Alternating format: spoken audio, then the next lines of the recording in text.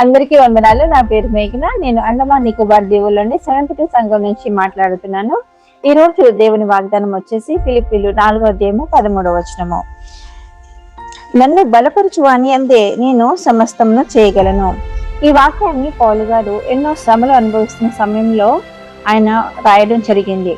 అయితే మన జీవితంలో మనకి పౌలు గారు ఏం చెబుతున్నారు అని అంటే, ఎన్నో శ్రమలు కలిగినప్పుడు మనకి ఏది చేయలేము అని అనిపించినప్పుడు దేవుడు ఆయన ఆత్మబలం చేత మనకు సమస్తాన్ని చేయగలే సమర్థవంతమైన శక్తిని మనకు ఇస్తారని చెప్తున్నారు.